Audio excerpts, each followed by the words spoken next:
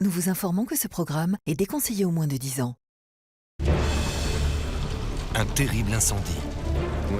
Quand un corps est couché sur le dos, on se pose des questions, et c'était le cas ici. Une maison qui cache un secret. Un mystère, un triangle amoureux. Il pensait que le monde lui appartenait. Scott avait la belle vie. Il avait un travail, de l'argent et un père célèbre. Une justice qui se dérobe dans un monde de privilégiés. Les gens ne revenaient pas qu'il ne soit pas puni pour son crime.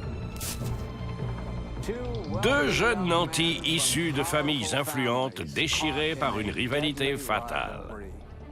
C'est tout de suite dans Crime en haute société.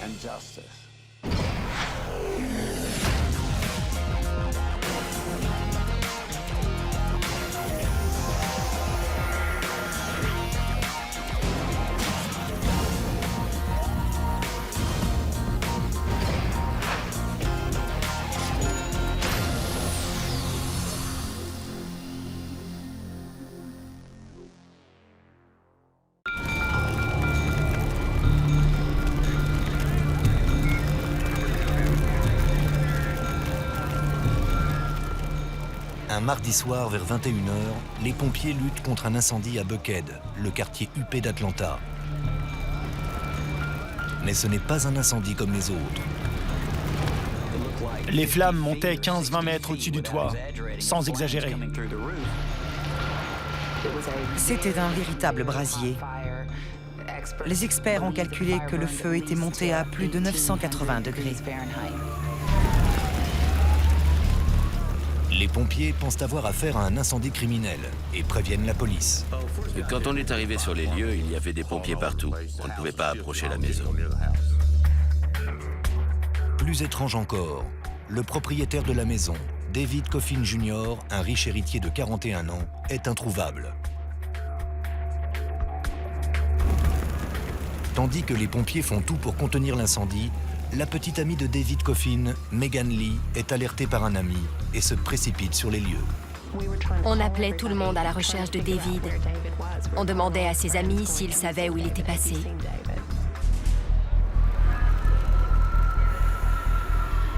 Mais ce soir-là, un phénomène étrange se produit. Alors que la maison de David Coffin brûle toujours, un autre incendie se déclare à 1 km de là, chez un autre millionnaire, Scott Davis. La police n'y comprenait plus rien. Ils ont quitté une maison en flammes pour en trouver une autre. Les pompiers arrivent rapidement à bout du deuxième feu, mais ils font une macabre découverte à l'arrière de la première maison incendiée. Ils ont traversé la cuisine et un pompier a marché sur le corps de David Coffin Jr. D'après le corps, cela ne fait aucun doute, c'est une affaire pour la brigade criminelle. En général, quand on trouve un corps dans un incendie, il a le visage tourné vers le sol. Les victimes rampent pour échapper aux flammes. Quand le corps est sur le dos, on se méfie, et c'était le cas ici. Un pompier est venu me voir et m'a demandé si j'étais une proche de la victime. Je ne comprenais pas. Comment ça, la victime? Il m'a dit qu'il venait de trouver un corps dans la cuisine. Elle était anéantie, elle ne tenait plus debout. Ses amis qui l'accompagnaient devaient la soutenir pour qu'elle ne tombe pas. Je me sentais complètement submergée.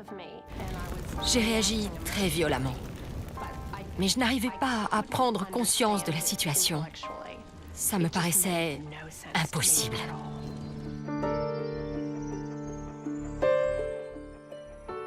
Le quartier de Buckhead est très prisé par les riches familles d'Atlanta, toutes générations confondues.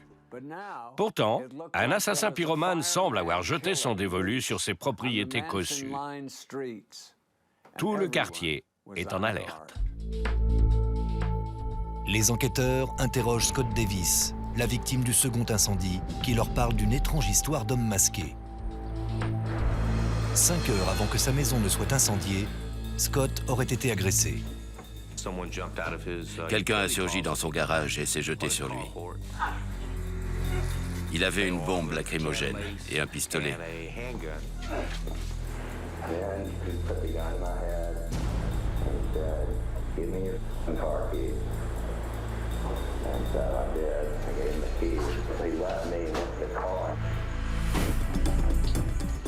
Scott explique que son agresseur est devenu fou en voyant qu'il n'arrivait pas à démarrer la voiture.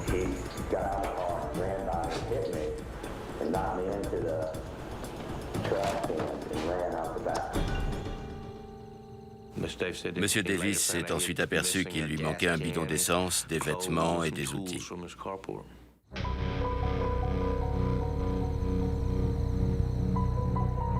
Scott Davis pense que l'agression est terminée. Mais alors que les pompiers se précipitent chez David Coffin pour éteindre l'incendie, l'agresseur revient. L'homme masqué est revenu chez Scott, cette fois-ci armé d'un pistolet. Il a tiré sur Scott Davis et mis le feu à sa maison.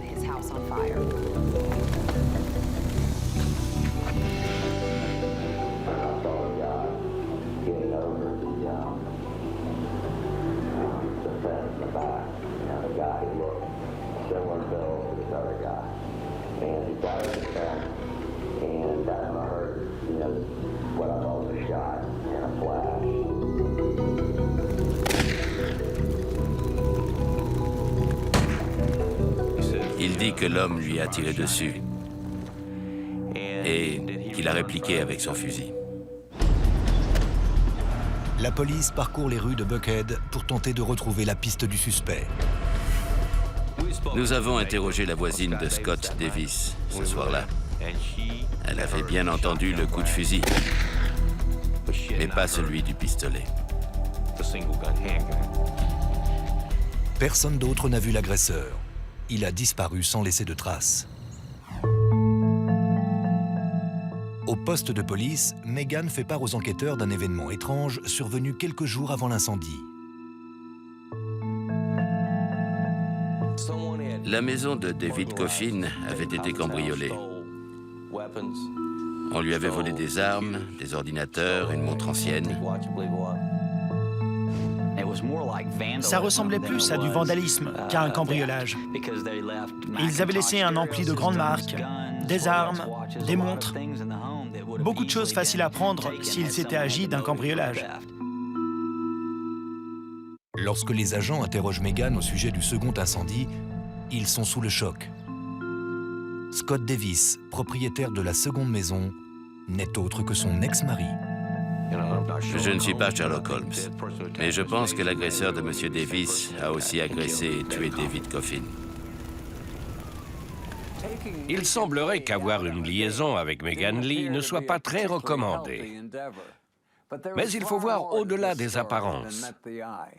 Le quartier le plus prestigieux d'Atlanta cache un terrible secret.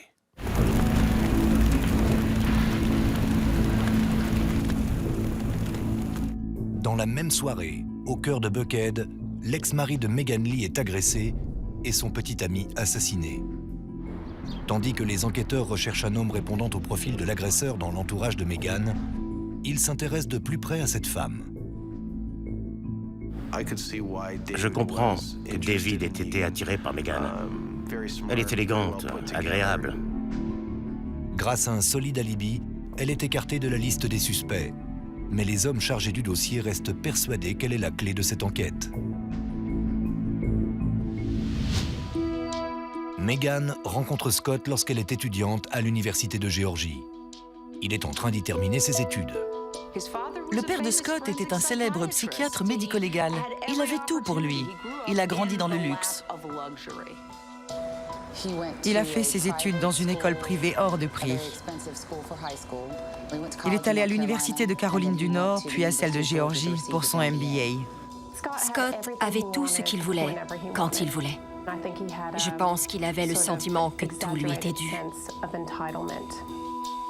Et ce qu'il veut par-dessus tout, c'est Megan. Il pensait que le monde lui appartenait. Et il était d'un caractère très opiniâtre. Ça le rendait plutôt séduisant. La belle ingénue est la star du campus. Voilà un couple fait pour durer, du moins en apparence.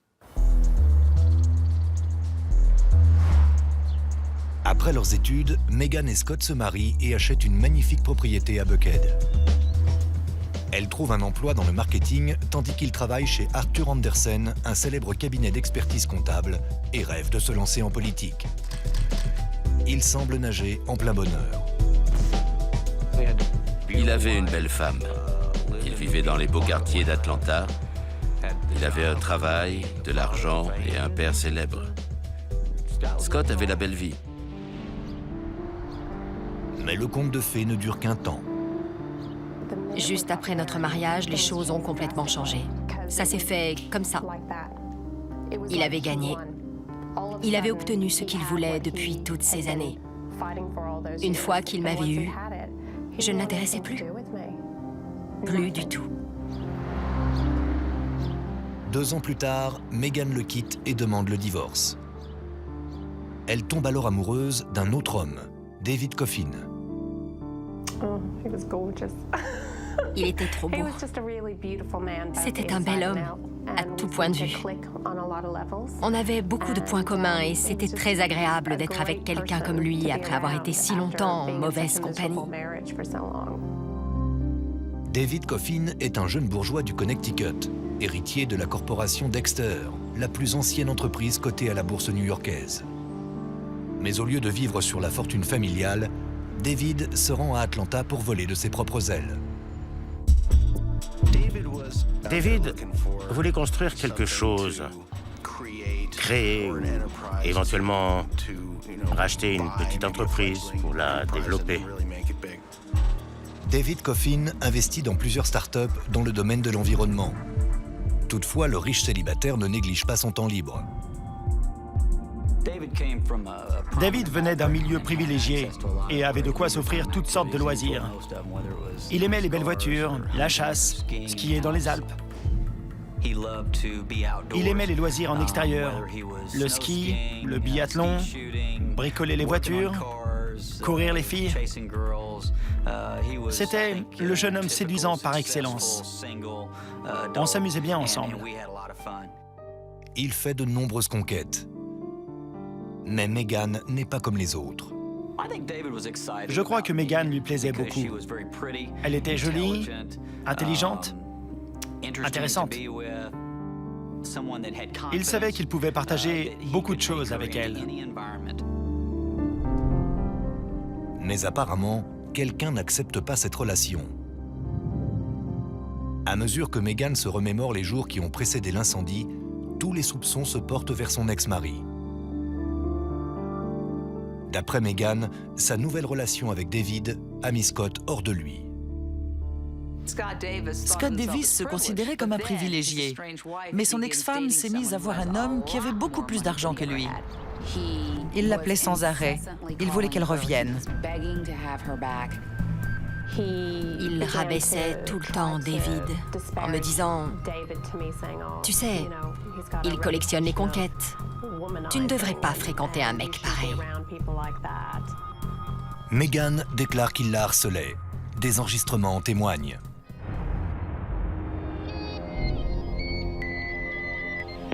Megan, please pick up the phone. Look, I don't want to argue, I don't want to fight. Just please pick up the phone. Megan, please pick up the phone. Please pick up the phone. I need to talk to you now. Come on, I'm not trying to be mean. I just want to talk to you. Megan, please pick up the phone. Megan, I love you. I just want to talk to you. Please pick up the phone. You're killing me. D'après Megan, les appels de Scott se multiplient le samedi qui précède la mort de David. C'était devenu absurde. Il a appelé 40 ou 50 fois ce soir-là. Ses messages disaient « Je sais que David est avec toi. Pourquoi tu me fais ça? Tu veux me tuer? » Ce soir-là, David passe la nuit chez Megan. Le lendemain matin, vers 11 h, David est rentré chez lui, à Buckhead, et il a trouvé sa maison sans dessus-dessous.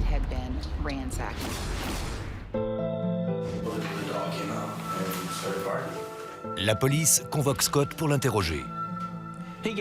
Il a donné une toute autre version de sa relation avec Megan. Il nous a dit qu'ils allaient divorcer, que tout se passait bien pour lui, qu'il était en train de refaire sa vie. but I'm also, going out on dates and doing my own thing too. So I'm just trying to kind of move forward with my life and let her kind of do what she needs to do. Mais l'enquêteur n'y croit pas et interroge Scott sur la relation entre Megan et David Coffin.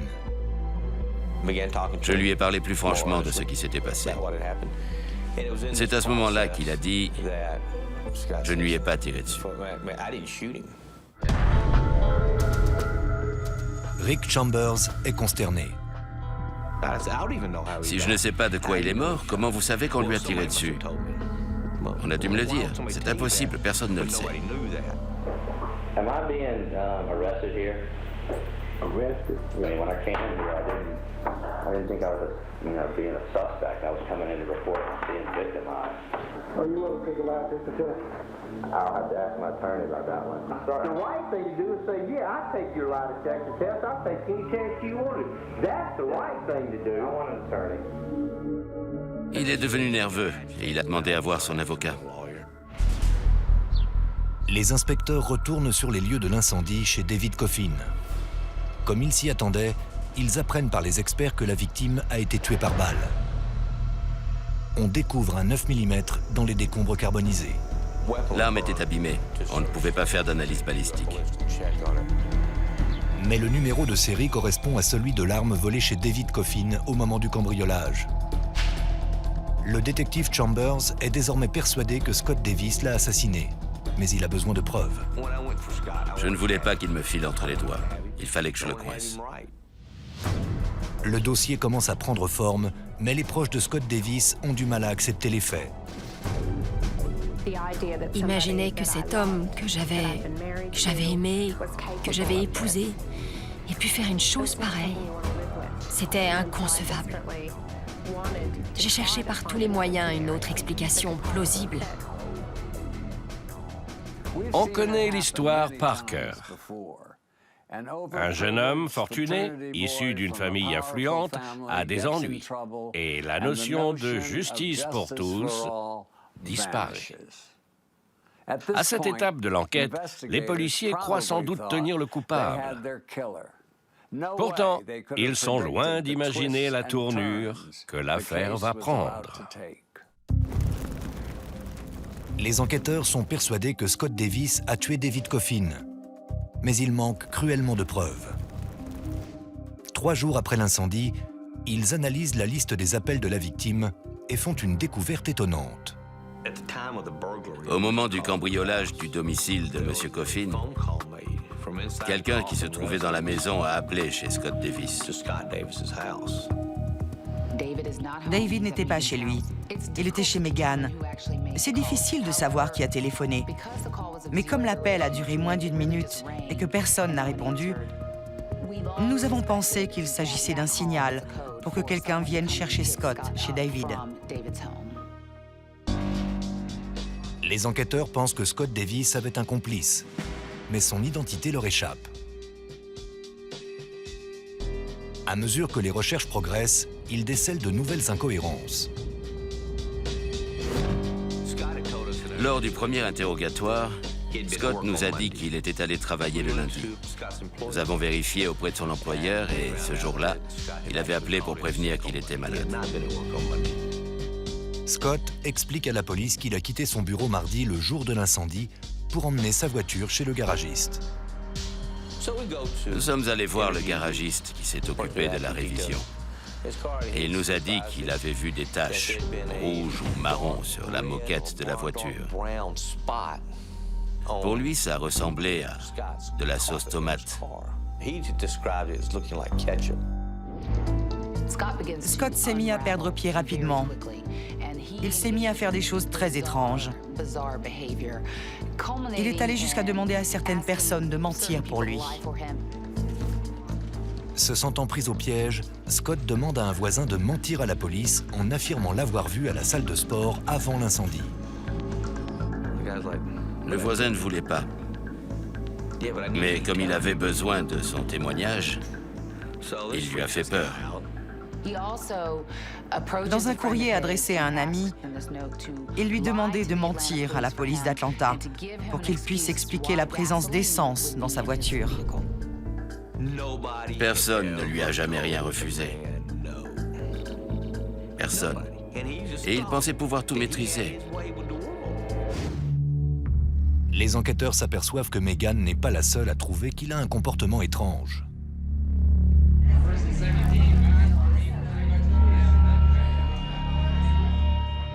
Quelques jours avant l'homicide, il se fait remarquer lors d'une soirée où il arrive tout de noir vêtu et au cours de laquelle il se comporte de manière étonnante.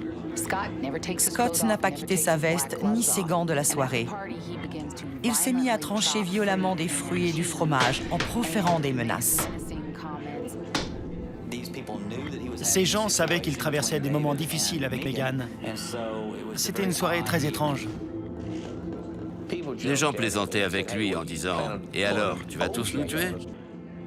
Tout le monde se demande alors si ce comportement étrange aurait dû les alerter sur ses pulsions criminelles. 3 jours après l'incendie, un élément vient accélérer l'enquête. On retrouve la voiture de David Coffin, disparue depuis sa mort. La voiture a été retrouvée incendiée à Atlanta, au nord de Buckhead. Dans la voiture, ils ont trouvé un bidon d'essence et un autre fusil volé pendant le cambriolage. Les enquêteurs montrent à Megan une photo du bidon d'essence. Et l'étau se resserre autour de son ancien époux. Megan a reconnu le bidon d'essence qu'il y avait chez Scott. Il se trouvait dans un sac des Jeux Olympiques. Ils en avaient beaucoup parce que Scott avait participé à l'organisation des Jeux de 1996.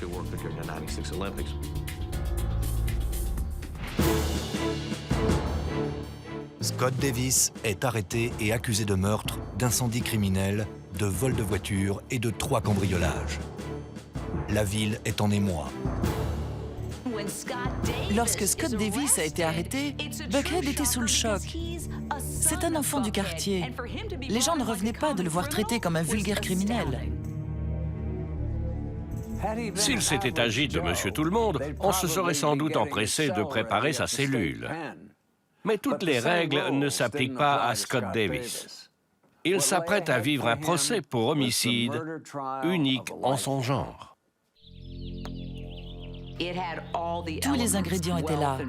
L'argent, le pouvoir, la jalousie et le feu. Même des scénaristes d'Hollywood n'auraient pas fait mieux. Et comme dans tous les bons films, le scénario est riche en rebondissements. 1 mois après l'arrestation de Scott Davis, un nouveau procureur est nommé dans le comté de Fulton, Paul Howard. Celui-ci exprime son inquiétude quant aux preuves contenues dans le dossier. Toutefois, on soupçonne la famille de la victime de faire jouer ses relations et d'influencer le procureur. Le docteur Davis est un éminent psychiatre souvent appelé à la barre pour témoigner en tant qu'expert dans les procès d'homicide. Malgré la pression populaire, Paul Howard conclut qu'il n'y a pas suffisamment d'éléments pour aller jusqu'au procès. Nous avons décidé à ce moment-là de ne pas le poursuivre. Pourquoi ne pas faire ce procès? Ils avaient des preuves, le mobile et l'arme du crime. Scott Davis est relâché après avoir réglé une caution de 500 000 $. Plus d'1 an s'écoule et le procureur met fin aux charges retenues contre lui. Je sentais qu'il était coupable. Mais il y a une grosse différence entre ce que l'on sent et ce que l'on peut prouver au tribunal. Je pense qu'ils ont eu peur des avocats de Scott. Le père de Scott avait fait appel aux meilleurs avocats du Sud-Est, voire du pays, pour assurer la défense de son fils.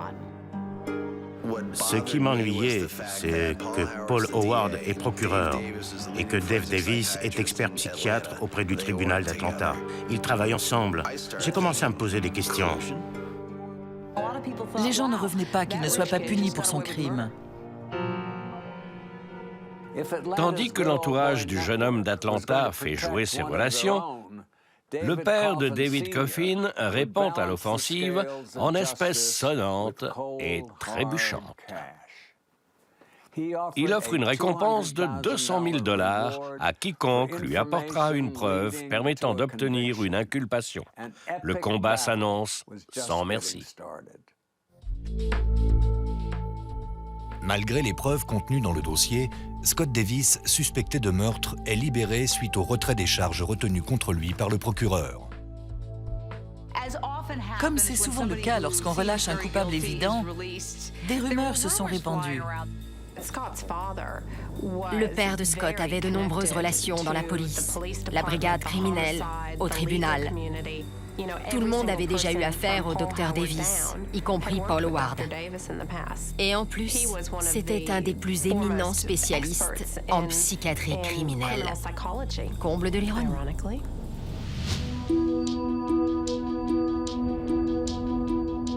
Une fois Scott Davis remis en liberté, Megan Lee finalise son divorce et part s'installer à l'autre bout du monde, en Australie.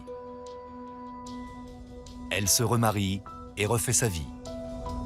La frontière est très mince entre l'amour et la haine. Je suis tout à fait consciente que dans la plupart des homicides de ce genre, c'est la femme qui est tuée. Je ne l'ai jamais oublié. Les années passent et Scott quitte lui aussi Atlanta. Il s'installe dans la baie de San Francisco. Il ne pouvait pas rester à Atlanta, parce que tous les gens qu'il connaissait ou qui connaissaient ses parents, au niveau professionnel ou personnel, tout le monde regardait Scott en se demandant si c'était un meurtrier. Dans le même temps, la famille de David Coffin poursuit sa quête de justice. Mon père ne lâchait pas le morceau. Il augmente la récompense à 300 000 $. On a déjà vu des affaires élucidées pour 1 000 ou 2 000 $ de récompense. Mais là, c'était incomparable. Peu après l'annonce de la récompense, un détective privé du nom de James Dawes a contacté le procureur parce qu'il avait des informations sur l'affaire Scott Davis. James Dawes prétend avoir été embauché par Scott la semaine précédant le meurtre. Scott Davis a dit à James Dawes que David Coffin couchait avec sa femme et qu'il voulait des photos ou des documents compromettants sur la relation de Megan et David. James Dawes propose de surveiller David Coffin pendant le week-end. Scott Davis a répondu au détective que c'était inutile parce qu'il allait surveiller la maison de David lui-même. Ce soir-là, David passe la nuit chez Megan. Les inspecteurs soupçonnent Scott de les avoir observés toute la soirée. Megan nous a dit qu'ils avaient passé la soirée à se faire des câlins, comme elle dit. J'imagine que pour Scott, c'en était trop. C'était insupportable pour lui d'assister à tout ça. Et il a craqué. C'est à ce moment-là qu'il a échafaudé un plan pour commettre le crime. Il a avoué à James Dawes qu'il harcelait la victime. Il espionnait sa maison, il fouillait chez lui. Le dossier de Scott Davis s'épaissit. Mais la situation est loin de faire peur au ténor du barreau qui assure sa défense, Bruce Morris. Bruce Morris est un avocat très respecté, très aimable, posé, mais il est tenace, obstiné. Il ne lâche rien. Les avocats de Scott Davis ont menacé de poursuivre James Dawes en justice s'il livrait ses informations au procureur. Le combat juridique dure un peu plus de 2 ans. Les juges finissent par écouter le témoignage de James Dawes, mais une fois de plus, le procureur refuse la mise en examen. Si on vous épargne une mise en examen pour homicide alors que tous les éléments vous accusent, que faites-vous une fois que les choses se sont tassées? Vous lancez votre carrière politique, bien sûr. En 2003, il y a eu des élections de rappel mémorables en Californie. Une quantité de gens incroyables s'était présentée. Il y avait plus de 100 candidats, y compris une star de cinéma. Imaginez, Arnold Schwarzenegger candidat, c'était de la folie. Scott Davis se présente lui aussi aux élections. Je me suis dit qu'on allait vraiment de surprise en surprise avec cette affaire. Nous étions sidérés. Lorsque l'affaire Coffin se répand dans les journaux, le candidat se retire rapidement de la course. La campagne express de Scott Davis se concentre avant tout sur le don d'organes, une cause surprenante pour un homme suspecté de meurtre. Mais l'arrogance sans borne de Scott est sur le point de lui faire du tort. Une nouvelle procureure est bien décidée à le coincer. Et croyez-moi, elle est prête à tout.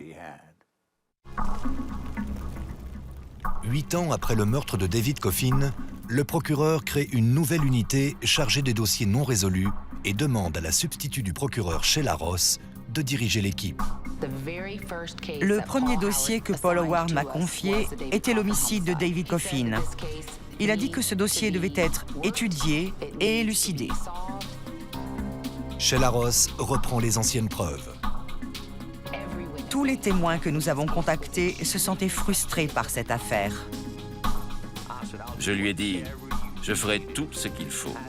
Mais si c'est pour nous décevoir, moi, les Coffin et tous les autres, comme le bureau du procureur l'a déjà fait en nous laissant tomber, alors ne comptez pas sur moi. Je n'avais aucun doute sur le fait que Scott Davis avait tué David Coffin. Scott a tué son adversaire en espérant qu'une fois qu'il l'aurait rayé de la carte, Megan reviendrait vers lui. Il ne l'a pas tué pour le plaisir, il voulait récupérer Megan. La ténacité de Sheila Ross se révèle payante. Elle est arrivée et nous a tous embarqués avec elle. On y croyait. Ensemble, on allait pouvoir le coincer. C'était la première à réellement prendre le dossier en main. C'est une affaire délicate, où tous les détails ont leur importance. Et si on ne relie pas tous les éléments dans l'ordre, tout s'écroule. L'enquête reprend et dure près d'1 an. Les nouvelles preuves récoltées sont minimes. Pourtant, Sheila Ross ne baisse pas les bras.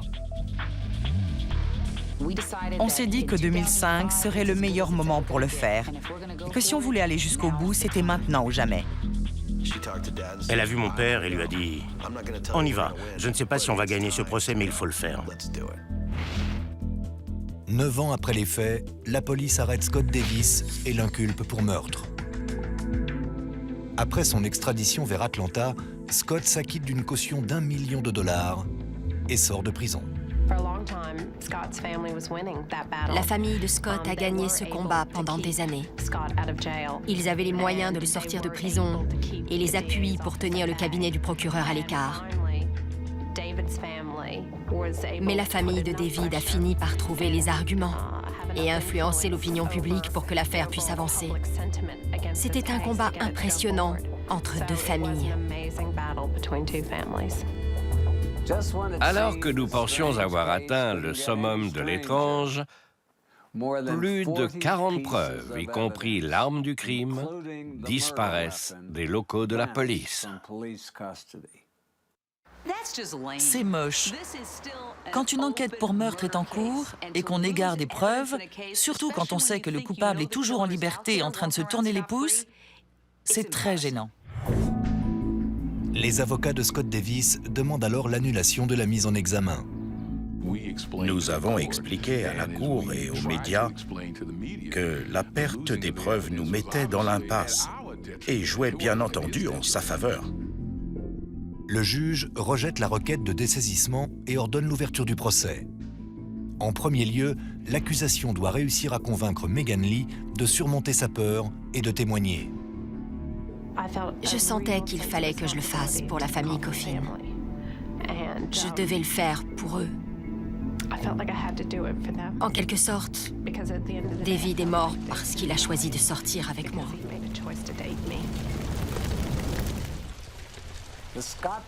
Le procès de Scott Davis est un événement incontournable à Atlanta. Megan Lee est prêt à aller à la barre et la défense fait témoigner un expert qui va surprendre tout le monde.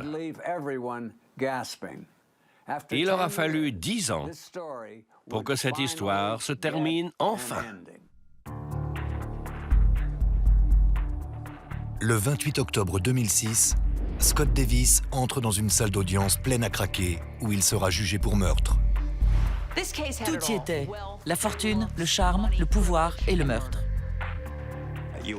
On jouait sur l'influence et l'argent du côté de la victime et sur le pouvoir et le prestige du côté de la famille du suspect. Il y avait un triangle amoureux, un incendie spectaculaire une enquête, et pendant toutes ces années, l'accusation n'a jamais renoncé.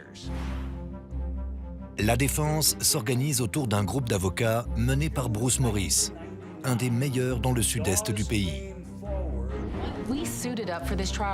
Nous nous sommes préparés pour ce procès comme pour une guerre. Nous savions que nous avions affaire à des avocats médiatisés, puissants, très coûteux et expérimentés qui feraient tout pour faire acquitter leurs clients. Sheila Ross commence sa plaidoirie en appelant Megan Lee à la barre. C'était notre Hélène de Troie. Après 3 jours épuisants, Megan se présente au tribunal et parle de son mariage raté et de l'obsession de Scott au sujet de son nouveau compagnon. J'avais du mal à respirer. J'étais très angoissée. C'était terrifiant de me trouver dans la même pièce que Scott et sa famille. Elle a été très courageuse. C'était une véritable épreuve pour elle. L'accusation pense que Scott est entré chez David Coffin par effraction quelques jours avant le meurtre dans le but de l'intimider. C'était une manière de lui dire « Tu vois de quoi je suis capable, alors tiens-toi à l'écart de ma femme. » Mais apparemment, David Coffin ne le prend pas au sérieux. La procureure explique ensuite que Scott est revenu chez David le lundi soir avec une des armes qu'il lui avait volées. Il va chez lui, frappe à la porte. David ouvre et Scott le menace avec une arme. Ne t'approche pas de Megan. C'est la dernière fois que je te le dis. Sinon, je reviens et je te fais la peau. J'ai du mal à croire que Scott Davis ait prémédité son geste. Ça me paraît dingue.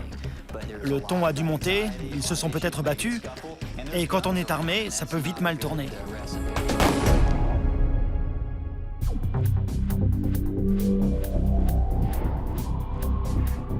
D'après les enquêteurs, Scott est retourné la nuit suivante sur les lieux du crime pour mettre le feu à toutes les preuves. Il sait qu'il y a des preuves matérielles et qu'il doit les éliminer. Donc, il retourne incendier la maison le mardi soir. Alors que les jeux sont presque faits, la défense surprend la cour en appelant un témoin surprise, le docteur Dave Davis, le père de Scott. À la stupeur générale, il fournit un alibi à son fils. I remember I was watching the news and he talked to his mother while I was watching the news. He stayed about 30 or 40 minutes and then he left. C'est la première fois que le docteur Davis fait une telle déclaration. Le docteur Davis a dit sous serment que son fils avait regardé les informations avec eux le soir du cambriolage. C'est seulement le jour du procès qu'il choisit d'apporter la preuve que son fils n'a pas pu commettre ce crime. C'est fascinant et assez ironique que le docteur Davis, éminent psychiatre de la cour, ait dû témoigner à la barre pour défendre son fils en lui servant un alibi monté de toutes pièces. Après 6 semaines de procès et l'audition de plus de 60 témoins, le procès prend fin. Scott Davis ne prendra jamais la parole. En témoignant, il aurait dû revenir sur cette histoire abracadabrante d'agression le soir de la mort de David Coffin. Un homme masqué l'aurait aspergé de gaz. Et il aurait dû expliquer tout ça. Pendant 4 jours, le jury délibère, non sans difficulté. Le dossier manquait de preuves matérielles. Tout était carbonisé. J'avais l'impression que ce tribunal ne le déclarerait jamais coupable. Mais le jury rend enfin son verdict. We, the jury, find Scott Davis guilty.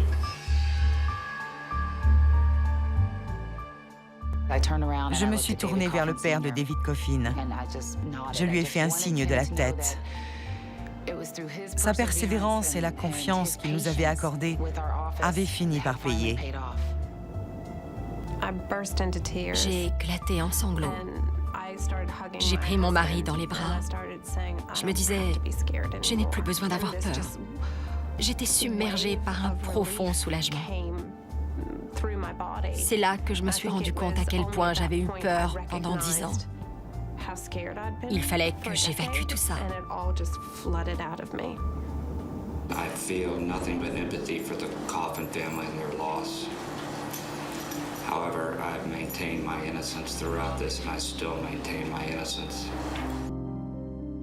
Pour la famille Coffin, il aura fallu 10 ans de combat pour que justice soit faite. Toute la rancœur s'est brusquement envolée. On avait eu ce qu'on voulait. On pouvait rentrer. Scott Davis est condamné à la réclusion à perpétuité. En 2020, après 14 ans de détention, il pourra demander la mise en liberté conditionnelle. Il aura 55 ans. Ce n'était pas une histoire d'amour. Scott ne m'aimait pas. Parce que, quand il m'avait près de lui, il m'ignorait totalement. C'était une histoire de pouvoir, une histoire de possession. Il voulait gagner. C'est tout ce qui l'intéressait.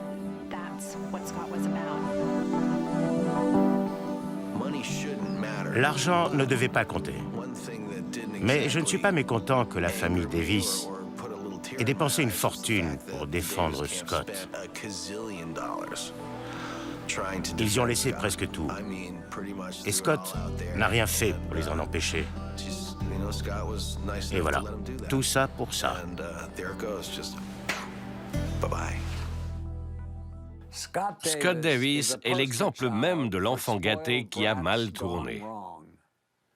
Il aurait pu passer de longues années à siroter du gin tonic au country club de Buckhead. Mais au lieu de ça, il fabrique des plaques d'immatriculation à la prison de Phillips State. C'était Dominic Dunn. Merci de nous avoir suivis.